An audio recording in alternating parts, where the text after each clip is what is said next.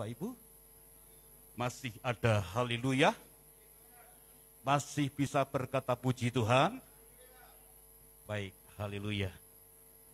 Ya, saya masih belum berani membuka masker karena gigi saya ompong, saudara. Ya. Semoga mendengar suara saya dengan baik, Bapak Ibu Saudara ya. Tadi worship leader saya suruh buka masker karena suaranya kecil. Kalau pakai masker dan kalau bernapas tak lihat kok kayak susah sekali ya, kasihan. Tak suruh buka masker nanti kalau turun pakai masker. Itu. Dan nanti kita seterusnya mungkin akan seperti itu. Baik, Bapak Ibu yang dikasihi Tuhan, kita bersyukur sudah menginjak di bulan Oktober. Tidak terasa sebentar lagi, 3 bulan lagi kita sudah meninggalkan tahun 2021. Dan menjadi pengharapan kita, semua ya sakit, penyakit, virus corona segera berlalu dari Indonesia ini. Amin, Bapak Ibu. Bapak Ibu, pagi hari ini saya ingin mengajak kepada Bapak Ibu Saudara, akan saya sinkronkan dengan tema di sekolah minggu, di pemuda, yaitu kita terus bertumbuh, walaupun di masa yang sulit. Ya, walaupun di masa yang sukar, kita harus bertumbuh. Nah, untuk mendasari pertumbuhan gereja kita, orang bilang sanepo boleh, orang bilang itu kebetulan, silahkan saudara. Saudara kalau lihat di luar sana, di papan nama GPDI Telaga Kasih itu ada buah mangga yang cukup banyak bergelantungan di persis di papan nama itu, saudara. Saya hanya mau mengharapkan dan punya mimpi dan menjadi visi kami bahwa GPDI Telaga Kasih, jemaatnya akan bertumbuh dan berbuah. Amin, saudara. Berakar, bertumbuh, berbuah. Walaupun di masa yang sukar atau sulit. Nah, itu buktinya. Ya, di depan Tuhan sudah menunjukkan bahwa gereja ini bisa bertumbuh, berbuah. Baik Bapak Ibu, kita akan mendasari hidup kita, kekristenan kita, dengan kita bersama-sama akan bertumbuh di dalam kasih, Bapak Ibu Saudara ya. Bertumbuh di dalam kasih, katakan sama-sama, bertumbuh di dalam kasih. Baik, hari ini tidak KKR, tapi hari ini firman-Nya pengajaran Bapak Ibu. Ya, kita akan baca Alkitab kita, Efesus 4 ayat 15.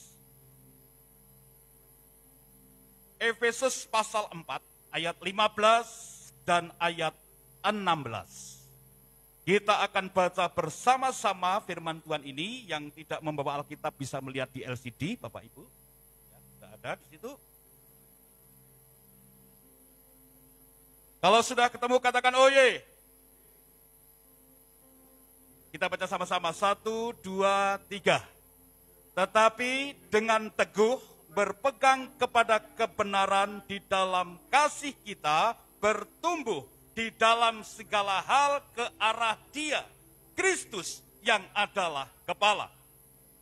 Daripadanya lah seluruh tubuh yang rapi tersusun dan diikat menjadi satu oleh pelayanan semua bagiannya, sesuai dengan kadar pekerjaan tiap-tiap anggota, menerima pertumbuhannya dan membangun dirinya di dalam kasih. Bapak Ibu, zaman dulu orang membangun rumah, perekatnya pakai apa Bapak Ibu? Tanah liat. Ada yang pakai teretong kebo, teretong sapi. Ya, untuk merekatkan antara batu bata dengan batu bata yang lain. Lalu kemajuan zaman pakai semen. Sekarang kemajuan zaman lagi pakai hebel, perekatnya pakai apa Bapak Ibu? Ya, pakai lem. Lem hebel. Bahkan di luar negeri sana sudah lebih maju selangkah. Ada yang pakai lem, apa itu namanya? Lem tembak. Dan semua itu perlu yang namanya perekat untuk mengaitkan satu dengan yang lain.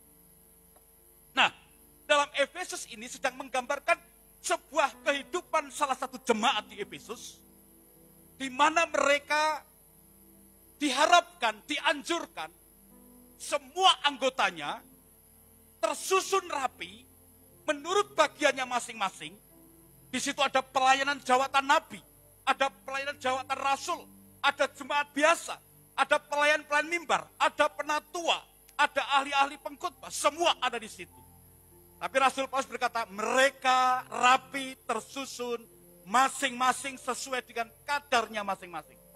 Sesuai dengan jabatannya masing-masing. Itu dalam ayat yang ke-16. Tapi kalau kita lihat ayat yang ke-15, Bapak Ibu Saudara, tetapi dengan teguh berpegang kepada kebenaran di dalam kasih Kristus. Kasih kita bertumbuh di dalam segala apa? Hal. Rupanya pertumbuhan tidak hanya ada di gereja, Bapak Ibu. Tetapi dasar kasih ini akan menjadi perekat, menjadi lem, menjadi sebuah dasar yang kuat untuk kita hidup dalam segala hal. Terlebih dalam ayat 16, di dalam sebuah gereja Tuhan.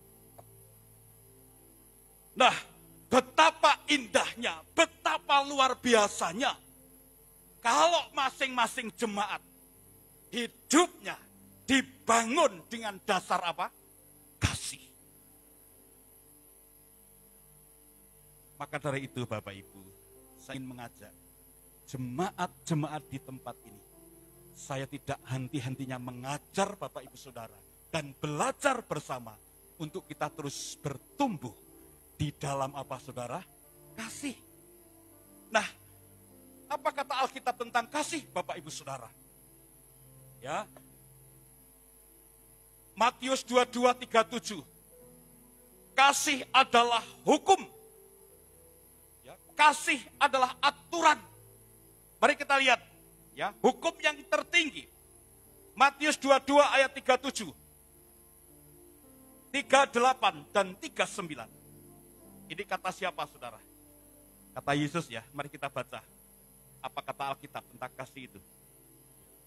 Jawab Yesus kepadanya, kepada orang-orang yang bertanya kepada Yesus. Dijawab begini, kasihilah Tuhan Allahmu. Sebenarnya kalau kita baca ayat sebelumnya, ini adalah sebuah percakapan, ya, murid-murid Yesus, ahli Taurat, orang Farisi, semua ada di situ. Mereka sedang bertanya tentang hukum yang tertinggi. Nah, ini yang tertinggi, Saudara. Jawab Yesus kepadanya, kasihilah Tuhan Allahmu dengan segenap hatimu dan dengan segenap jiwamu dan dengan segenap akal budimu. Itulah hukum yang terutama dan yang pertama. Dan hukum yang kedua yang sama dengan itu ialah kasihilah sesamamu manusia seperti dirimu sendiri. Jadi kasih Bapak Ibu menjadi dasar yang utama karena kasih itu adalah hukum yang tertinggi dan terutama. Kalau sudah tertinggi, apakah ada yang lebih tinggi, Saudara? Tidak ada. Kasih itu menjadi hukum yang tertinggi, tidak ada yang bisa membandingi atau menyaingi atau yang lebih tinggi, tidak ada. Kasih menjadi hukum yang tertinggi.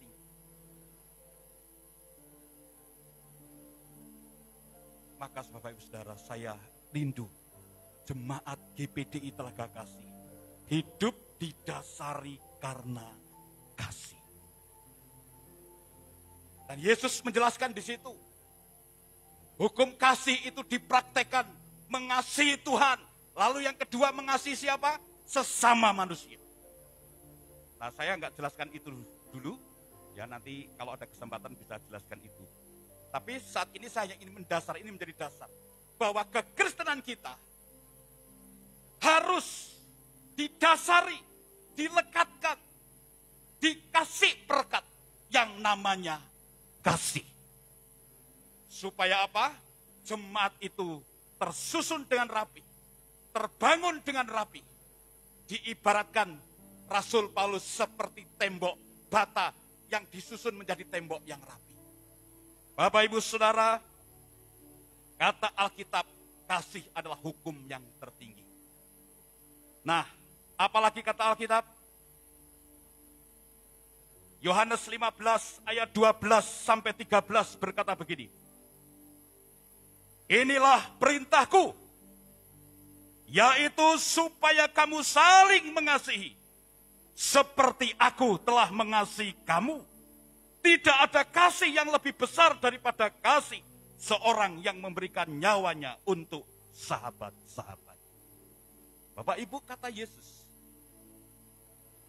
kasih dalam Alkitab yang pertama tadi adalah hukum yang tertinggi dan terutama. Yang kedua, kasih itu adalah sebuah perintah. Kasih mengasihi itu adalah sebuah perintah, Bapak Ibu.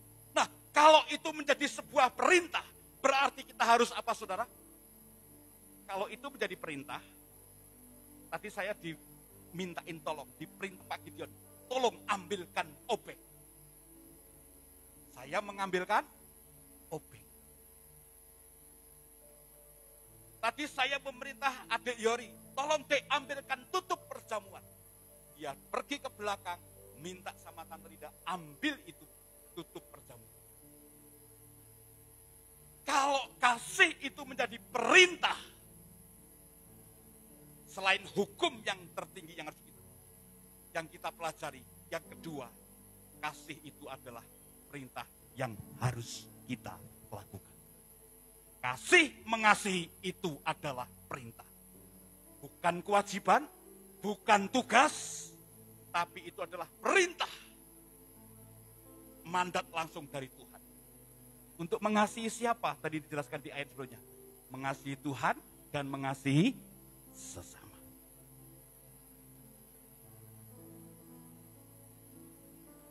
Lalu Bapak Ibu Saudara, Allah membuktikan kasih itu kepada kita. Sebelum kita mengasihi Allah, Dia sudah lebih dulu mengasihi kita. Yohanes 3 ayat 16, ada yang hafal di sini, saudara? Coba, ada yang hafal enggak? Yohanes 3 ayat 16. Bareng-bareng yuk, bareng-bareng supaya enggak kan yuk. 1, 2, 3. Karena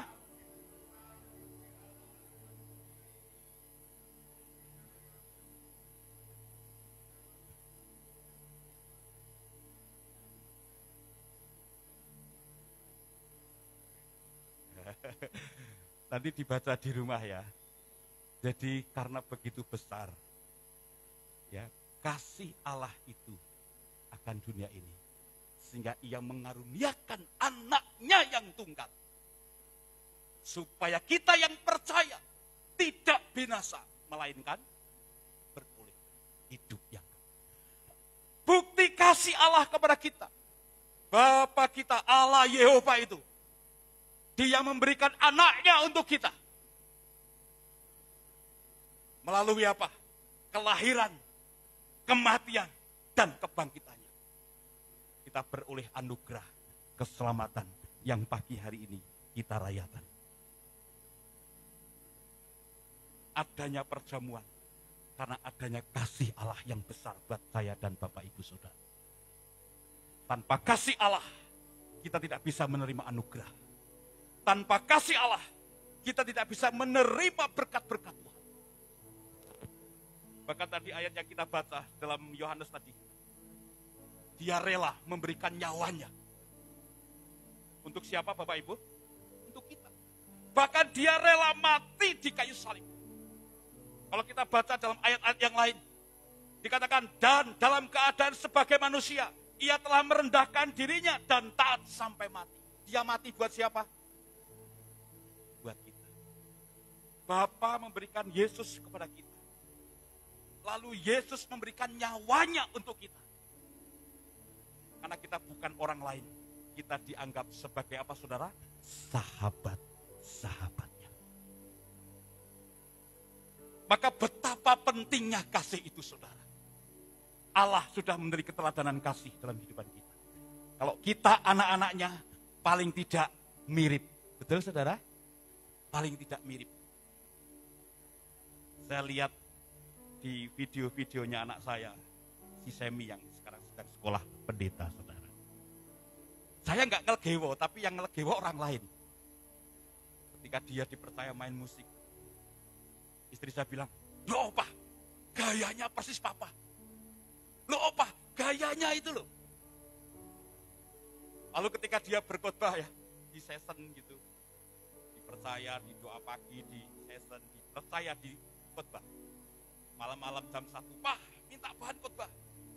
Tak kirim 10 bahan khotbah. Pak, saya kurang ini Pak, coba kirim lagi. Saya kirim lagi. Doa pagi dia khotbah. Ya, lalu di chapel dia khotbah. Nah, di chapel itu dia video. Saya lihat gayanya itu saudara ya. Mirip sekali. Logatnya, cara bicaranya mirip sekali. Kenapa mirip? Kenapa mirip? Karena anaknya. Masuk mirip Pak Denny?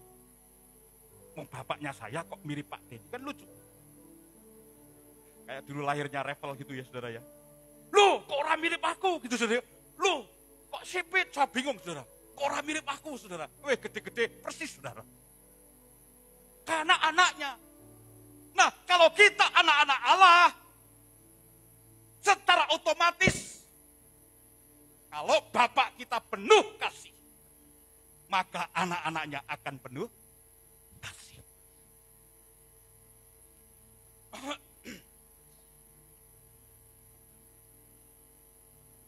Mari kita lihat. Ya, dengan apa kita mengasihi Tuhan. Yang pertama, mentaati firman-Nya dengan perintah-perintahnya. Lalu dengan setia, beribadah, berdoa, membaca firman Tuhan dan merenungkannya siang dan malam. Itu bukti kita mengasihi Allah. Lalu memuji dan menyembah, melayani dan lain sebagainya. Jadi Bapak Ibu, kalau Bapak Ibu Saudara datang ke gereja ini, memberikan persembahan, memberikan pujian, itu bentuk salah satu kita mengasihi siapa? Tuhan.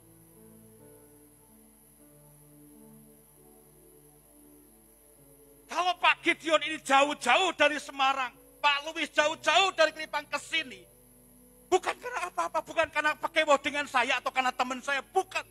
Tapi karena mereka belajar mengasihi Tuhan. Jadi kalau Bapak Ibu datang ibadah pagi hari ini, karena Bapak Ibu mengasihi siapa? Tuhan. Kalau Bapak Ibu pagi hari ini memberikan korban persembahan, karena itu bentuk Bapak Ibu mengasihi Tuhan. Kalau Bapak Ibu memberikan korban perpuluhan, itu juga bentuk ketaatan Bapak Ibu karena mengasihi Tuhan. Kalau Bapak Ibu berkorban, itu juga bentuk karena mengasihi Tuhan. Kita barusan beli mic, yang khusus mic drum, persembahan dari anak Tuhan. Dan kemarin sudah ada anak Tuhan lagi yang kasih uang saya 4 juta untuk beli LCD, kita taruh di belakang. Sehingga pelayan mimbar tadi tidak liatin sini terus, tapi akan lihat ke depan.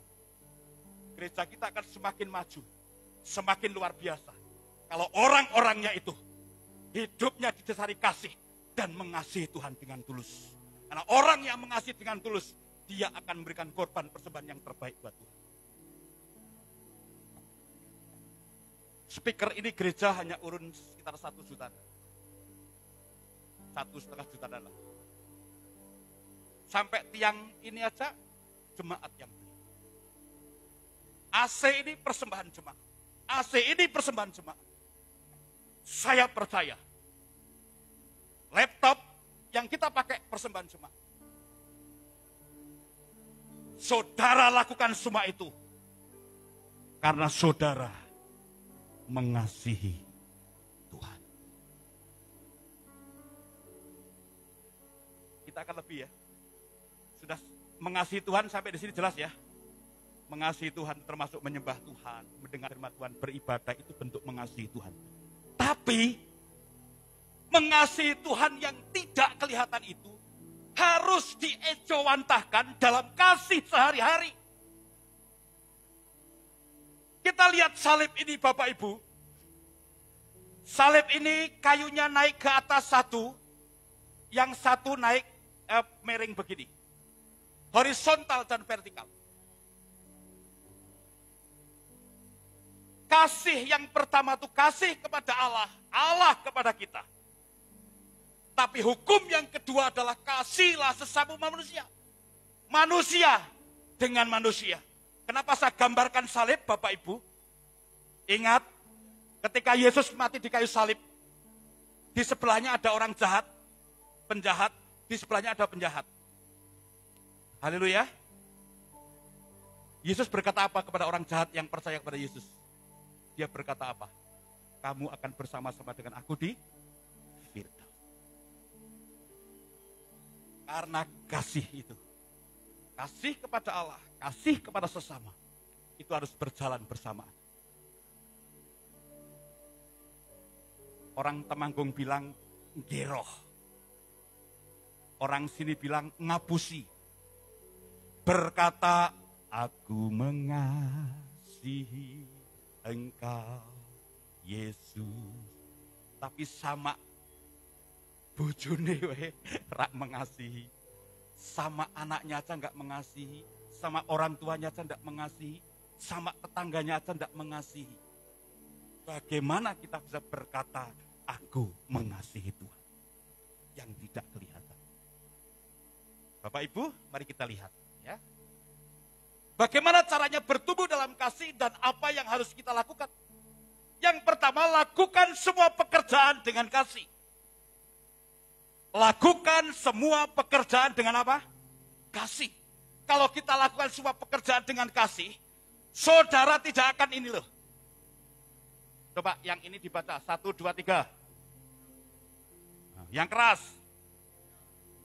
Kalau melakukan semua dasarnya karena kasih, maka Bapak Ibu tidak akan bersungut-sungut.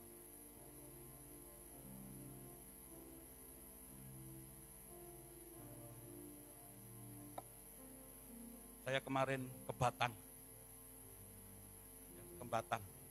ngurus pencatatan sipil. Salah satu anak Tuhan yang sudah dinikahkan di sini. Sampai hari ini belum pernah ke gereja. Tetapi Bapak Ibu, saya harus melakukan semua. Di selain tanggung jawab, karena saya sedang belajar untuk mengasihi Tuhan, diejawantahkan melalui mengasihi sesama. Karena dengan demikian Bapak Ibu, kasih Allah itu akan nyata dalam kehidupan kita. Sehingga kita tidak bersungut-sungut, bilang capek. Apalagi ketika berhenti di lampu merah, dihapusi bakul duren, saudara. Haleluya. Tuku duren 8, 150.000 gede-gede. Satu pun tidak ada yang manis, saudara. Bosok kabeh. Apakah bersungut-sungut? Saya berkata sama teman, sudah, ikhlaskan saja. Idep-idep bantu ibu yang jual itu, saudara. Haleluya. Wah, aneh-aneh ya berarti bersungut-sungut ya, tapi belajar untuk tidak bersungut-sungut. Lakukan semua dasarnya karena kasih. Dibaca dulu ayatnya ya. Ini loh. 1 Korintus 16 ayat. Lakukanlah segala pekerjaanmu di dalam kasih. Saya nggak perlu mengulang lagi ya. Dasar kita adalah kasih. Saya nggak perlu ulang itu lagi. Kita sudah masuk ke level yang lebih tinggi, yaitu kasih akan sesama. Nah, Bapak Ibu, iya Mas, nah, kalau kita lakukan semua pekerjaan itu dengan kasih, maka kita akan melakukannya dengan sukarela. Pelayan-pelayan mimbar, lakukan tugasmu dengan sukarela. Dengan dasar kasih, maka Anda tidak akan bersungut-sungut, tidak akan terpaksa. Justru Anda harus melakukannya dengan senang hati. Happy, senang. Haleluya. Kalau saudara melayani, jangan terbebani. Tapi anggaplah itu bentuk Bapak Ibu mengasihi Tuhan. Dan lakukan semua pekerjaan itu dengan kasih. Termasuk kita semua di dunia. Anda ikut orang, kita ikut orang. Lakukan pekerjaan yang bos kita, atasan kita kasih. Lakukan dengan kasih dan ketulusan. Desi berat ya sekarang ya jadi kepala sekolah ya. Harus saya perhatikan wirawiri. Terus ngono muridnya celelean gitu ya. Tapi itu harus dilakukan. Semua. Apapun profesi kita. Lakukan semua pekerjaan kita dengan dasar kasih. Yang menjadi hamba Tuhan. Lakukan semua pelayanmu karena kasih. Yang menjadi pelayan mimbar, lakukan semua tugas pelayananmu karena kasih. Jangan berkata tidak bisa kalau kita itu bisa. Ibu Surati kemarin Rebo bilang, Pak, saya melayani perjamuan tapi kalau sudah di depan nanti saya berdiri atau duduk saja. Duduk saja. Yang penting ada kemauan untuk melayani. Karena mencintai Tuhan. Karena kasih. Lakukan dengan sukacita. Jauh mas ke sini mas. Jauh ya ke sini ya. Bedondotan anaknya saiki loro sing gede tokok ngarep sampai waduh nek ndelokke mesake saudara. Tak dongake ndek mobil ning kok rasa nyopir ya saudara ya bingung saudara ya. Nyopir sik mas, engko gak ndek mobil ya. Iso nyopir sik engko gak ndek mobil. Anaknya pepat saya bilang, tenang om. Tenang Pak Timo, nanti saya akan beli motor baru lagi, anakku saya ajari, sehingga kalau ke gereja sini, si Beril sama adiknya bisa goncengan. Ini loh, anaknya yang satu gede gitu kan susah nih saudara ya. Saya bayangin dulu, pernah goncengin orang, jatuh aja enggak kerasa, saking, loh mungkin yang ditibon buri saudara ya. Saking kagane wong saudara ya. Nah Bapak Ibu, lakukan semua tugas kita dengan kasih. Yang kedua, bagaimana caranya saudara kita bisa bertumbuh? Yaitu saling memperhatikan. Coba katakan, memperhatikan. Sekali lagi, saling memperhatikan. Kalau memperhatikan itu kan sama dengan melihat, saudara. Dilihat. Apa yang kurang dari orang itu kan begitu. Namanya saya memperhatikan kok. Iya kan? Coba lihat nih, dilihat nih. Dilihat. Diperhatikan. Jangan memperhatikan yang jelek terus, cuma diperhatikan. Kalau ada yang kurang, kita harus memberikan kelebihannya itu supaya tidak kurang. Nah, saling memperhatikan. Nah, ini perlu praktek nyata, Bapak Ibu Saudara. Baca dulu ayatnya ya. Dan marilah kita saling memperhatikan supaya kita saling mendorong dalam kasih dan dalam pekerjaan baik. Roma 12:10, hendaklah kamu saling mengasihi dan saling mendahului dalam memberi hormat. Wow, keras sekali ya firman Tuhan pagi hari ini. Tapi ini pengajaran. Jemaat akan bertumbuh kalau dididik dengan firman yang keras. Jadi tugas kita apa Bapak Ibu Saudara? Saling memperhatikan. Ini bukti kasih sesama, mengasihi sesama itu. Saling memperhatikan.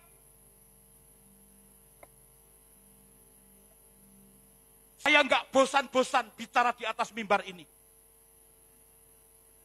Bapak Ibu sungguh luar biasa mengasihi keluarga pastori. Dan beberapa jemaat sudah bisa menunjukkan kasihnya kepada janda-janda ketika di momen-momen yang tertentu berbagi kepada mereka. Itu bukti kasih yang nyata kepada mereka. Yuk kita melangkah lebih jauh lagi. Hari-hari ini gereja sedang berlomba memberi makan gratis kepada tukang becak, memberi makan gratis kepada pemulung, memberi makan gratis kepada anak jalanan. Ini yang sedang mereka lakukan sekarang. Gereja ingin eksis, gereja ingin menunjukkan kasih. Ayo Bapak Ibu, sebelum kita keluar ke sana, ayo kita saling memperhatikan saudara seiman.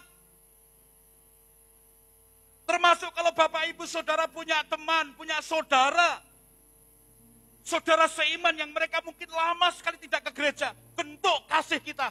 Perhatikan orang itu. Datangi rumahnya. Yuk ikut bersama dengan Pak Gembala. Kalau Pak Gembala sudah otomatislah kunjungan. Tapi yuk jemaat ikut memperhatikan. Ada apa tuh sebenarnya?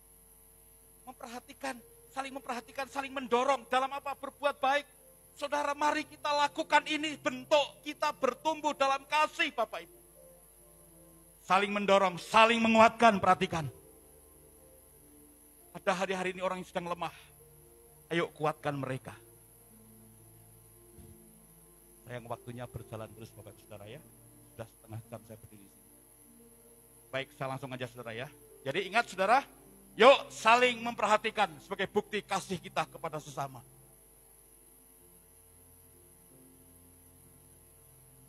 Yang terakhir, saling memberi, saling berkorban. Nggak perlu baca ayatnya. Saudara bisa foto ini slide-nya Saudara ya. Saling memberi, saling berkorban. Saya percaya kalau saudara lakukan ini, kasih Allah akan nyata dalam kehidupan jemaat. Dan saudara terus dari hari ke hari bertumbuh di dalam kasih itu. Ini ayatnya saudara ya. Nah, bantu yang sedang membutuhkan. Bantu yang sedang membutuhkan. Siapa mereka? Saya tidak tahu. Kalau saudara digerakkan Tuhan, lakukan. Bukti saudara mengasihi mereka. Lakukan Bapak Ibu. Mungkin saudara seiman. Ketoke pakaiannya apik, sepatunya apik, jungkatane klimis, parfumnya wangi. Belum tentu loh dia punya uang. Belum tentu. Saya pernah kasih teman, wah pakaiannya bagus, luar biasa, tumpaannya ya bagus. Ketika tak kasih beras, wah terima kasihnya itu, oh, Pak, pas banget Pak. Kami berasnya baru masih 1 kilo. Itu luar biasa sekali. Karena saya sedang sekarang berbagi beras. Jemaat kasih saya beras berlimpah-limpah. Saya bagikan kembali. Jemaat kasih saya pastori minyak goreng, saya kembalikan lagi kepada orang-orang yang membutuhkan. Cukup buat saya, lebih buat orang lain. Itu yang harus kita lakukan. Bantu yang membutuhkan, bantu yang sedang kesusahan atau lemah. Semua ada ayatnya Bapak Ibu Saudara ya. Barang siapa tidak mengasihi saudaranya yang dilihatnya, tidak mungkin mengasihi Allah yang tidak dilihatnya. Jadi bukti kita mengasihi Allah, Tuhan tuntut kita. Buktikan dulu kamu mengasihi saudaramu seiman, saudaramu dalam keluarga, saudara-saudaramu yang ada saat ini. Ku kasihi kau dengan kasih Tuhan, supaya dilihat di wajah Bapak Ibu Saudara terang kemuliaan Allah. Lakukan semua dengan kasih agape, kasih Allah, sehingga kehidupan kita akan semakin dalam kehidupan. Tuhan Yesus memberkati. Pelayan perjamuan bersama maju ke depan, kita tundukkan kepala. Haleluya.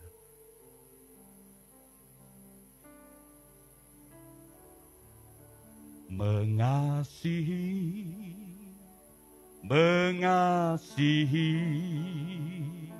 lebih sungguh, mengasihi. Ibu Surati duduk aja di situ. Mengasihi lebih sungguh. Haleluya. Tuhan lebih dulu mengasihi kepadaku, mengasihi lebih suka. Katakan mengasihi. Haleluya. Mengasihi lebih sungguh. Ya lama takur ya lama syaka ya lama mengasihi lebih sungguh. Haleluya. Tuhan lebih dulu mengasihi kepadaku, mengasihi lebih sungguh. Tuhan Yesus, Engkau rela mati di kayu salib karena bukti Engkau mengasihi kami. Engkau setia sampai di kayu salib karena Engkau mengasihi kami, sehingga kami dosanya diampuni. Dan Engkau sedang mengajar kami untuk kami mengasihi orang-orang di sekitar kami, Tuhan. mampukan kami Tuhan. Saat ini Tuhan kami diperhadapkan dengan meja perjamuan. Biar kasih Allah itu semakin nyata dalam kehidupan kami. Dan kami terus mau melakukan kasih itu kepada saudara-saudara seiman. Terima kasih Tuhan. Sucikan, sempurnakan dengan kuasa tubuh dan darah Tuhan. Melalui kematian-Mu, kebangkitan-Mu Tuhan. Kami boleh bersekutu di dalamnya. Kami boleh bersekutu dengan kuasa kebangkitan Tuhan. Pengorbanan-Mu, darah-Mu tercurah bagi kami. Sehingga dosa kami diampuni. Kebangkitan-Mu membawa pengharapan hidup kami di dalam Kristus. Saat ini, sebentar kami akan makan dan minum tubuh dan darah Tuhan. Biar setiap orang yang percaya, setiap orang yang memakan dan meminum tubuh dan darah Tuhan, mereka mengalami pemulihan, mengalami terobosan, mengalami mujizat Tuhan di dalam nama Yesus.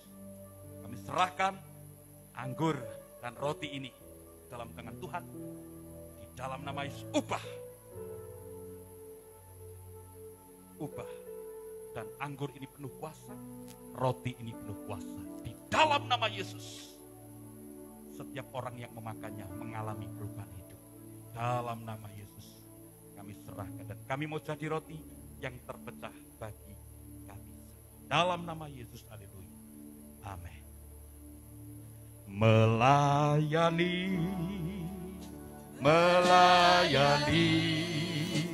lebih sungguh.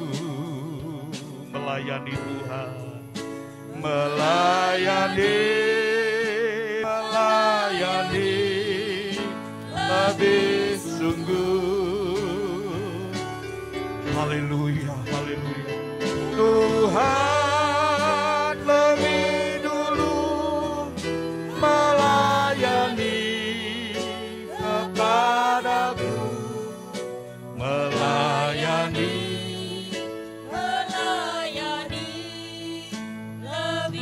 Yesus mengambil roti, mengucap syukur dan memecah-mecahkannya, dan Ia berkata, inilah tubuhku yang terpecah-pecah bagi kamu. Lalu Yesus juga mengambil cawan.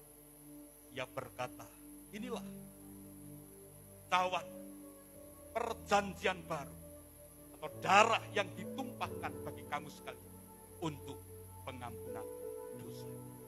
Jadi saudara yang percaya pagi hari ini,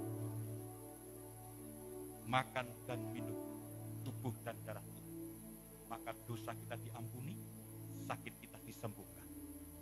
Dalam nama Tuhan Yesus. Pelayan-pelayan perjamuan, layani jemaat-jemaat dengan kasih.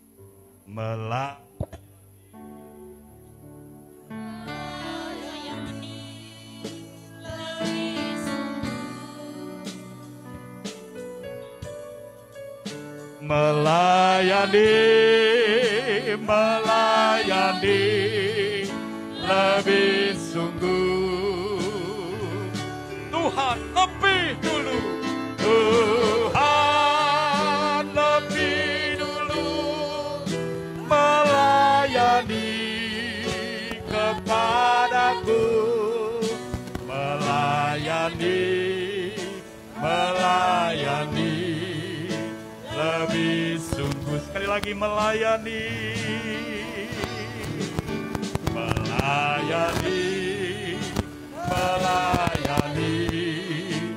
lebih sungguh. Melayani lebih sungguh. Haleluya. Tuhan lebih dulu melayani kepadaku, melayani. Katakan mengasihi,